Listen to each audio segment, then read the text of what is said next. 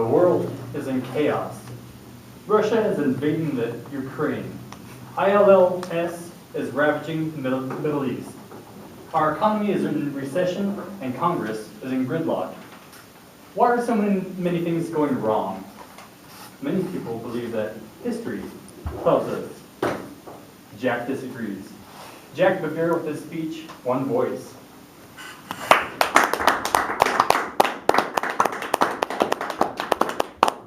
Thank you, Mr. Toastmaster. I certainly have a tough act to follow today. History does not speak with one voice.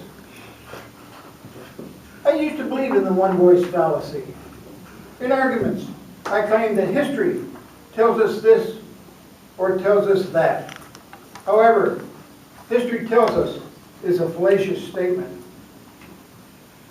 Writing history is a form of storytelling based on past events. It's not an exact science. It is more than compiling facts. It is more than names, dates, and numbers. It is an art, a literary art. There are hundreds, if not thousands, of scholars pursuing this art. They all have an agenda, a perspective, an insight, or a conclusion they want the reader to take away. Their agenda forces them to make three major decisions. First, they must decide what to write about. Second, they must choose facts and dates that will support their agenda. And third, they must choose a literary format that will make their story compelling. There is an old axiom that says, we learn by doing. So let's write some history, you and I. History, of course, is anything that has happened in the past. Let's take a look at our past and tell our history. Isn't it an icebreaker? Of course. Like the historian, you have a perspective, an insight, or a conclusion that you want the listener to take away. First, you must choose a slice of your past. Perhaps that is your tennis career. Next, you must choose facts and data about your tennis. The fact that you were an all-around athlete is superfluous. Finally, you must choose a literary format that will make your story believable. Detective stories, westerns, and romance are fictional formats. Historians have 10 or 12 different formats that they can choose from. Bear with me while I try to shoehorn 4 interpretations of a tennis career into 4 historical formats: celebration, Whig history, declension, or progressive.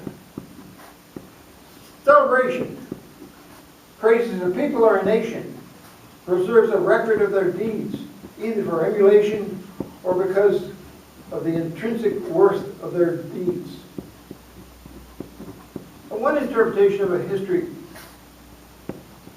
of a tennis career can be that winning backhand cross-court shot that won the state championship.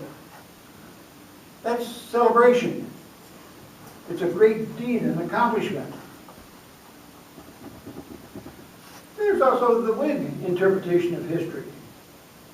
And it brings forth a gradual movement of societies toward greater freedom and toward representative political institutions. Now remember, we're using a shoehorn. But this particular tennis player has made it to the pros. He's 25 years old. And he tells us about starting to play tennis when he was 5 years old. day by day, week by week, month by month, year by year, he gradually improved his game. His forehand, his backhand was a gradual movement toward perfection. On the other hand, there is declension. That means decline. Declension examines how present events have declined in virtue, declined in political or economic power, or how they confirm the erosion of tradition. This tennis player tells us about when he got his scholarship to college to play tennis, he would smoke an occasional joint. And as he played on, he got higher and better, the pressure got on, and sooner he went to harder and harder drugs, and pretty soon his whole career was lost. Then there's the progressive.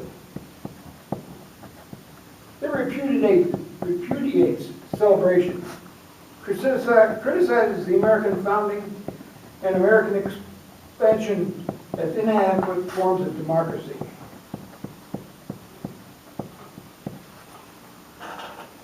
This person decided to say that sports, where we have winners and losers, is just a form of bullying because it undermines the intrinsic worth of the loser. And needless to say, that's really pushing the shoehorn. But there are hundreds, if not thousands, of interpretations of history. Friedrich Hayek, Nobel Prize recipient, it reminds us, we should not grow wiser before we learn that much that we have done was very foolish. If we are to engage the future with confidence, we cannot wallow in despair over our foolishness or gloat over our accomplishments. We must look at the world as it is. Then, with thoughtful, practical, common sense, move on. We can learn from history, but it does not tell us. History does not speak with one voice.